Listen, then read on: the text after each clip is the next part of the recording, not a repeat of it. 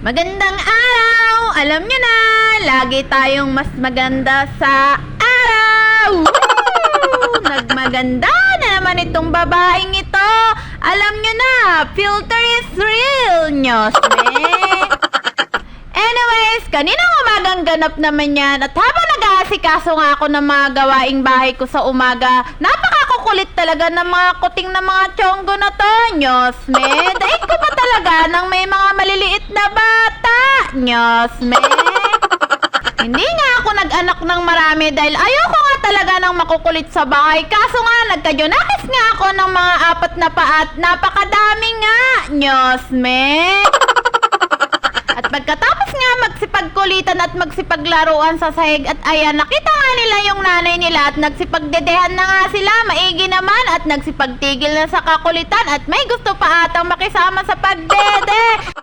Anyways, bago nga dumating si Negre at yung mga kuting, ito naman yung mga kaganapan namin dati at tuwing umaga nga nandyan na nga sila lahat sa lababo. Ito nga yung 2 anak nung pinakapon ko dati na pusa ng biyanan ko. At ito nga si Blackie na napakakulit. Ayan, tignan nyo naman, nag-aaway pa talaga naman. At yung nasa kabilang gilid nga, yun nga yung panganay naming si Kitty na napakataba na nga rin ngayon. At yan nga yung mga ganap namin dati, maaga pa lang ay nandyan na nga sila sa lababo. Nag-aantay na sila ng kanilang mga agahan.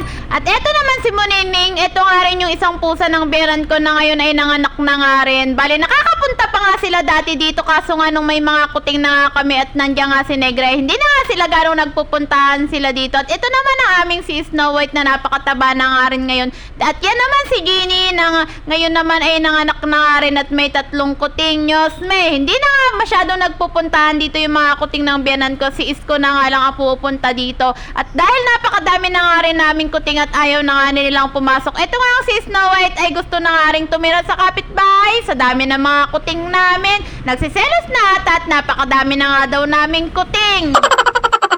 Sa totoo lang, hindi talaga ako nagpadami ng anak dahil napakahirap ngang mag-alaga. Pero ang nangyayari, napakadami ko ngang alagain ngayon at napakakukulit pa. Daig mo pa may mga alagang bata, nyos me.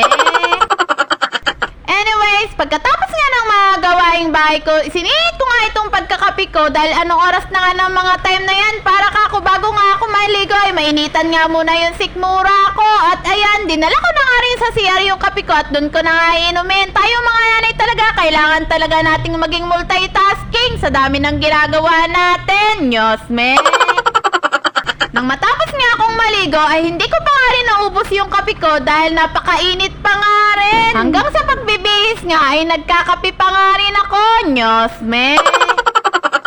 Habang nagbibihis nga ako dyan ay nasikaso ko na nga rin yung mga gamit ko sa pagpasok. Sarado nga yung pinto dahil lumalabas nga si Snow White. Naglalayas nga si Snow White papunta sa kapitbahay dahil naiinis na nga dito sa amin at napakadami ko na nga ring ampun na pusa. Gustong gusto ko nga talaga silang ipakapon na lahat at hindi na nga sila dumami dahil hindi na nga rin kinakaya sa budget.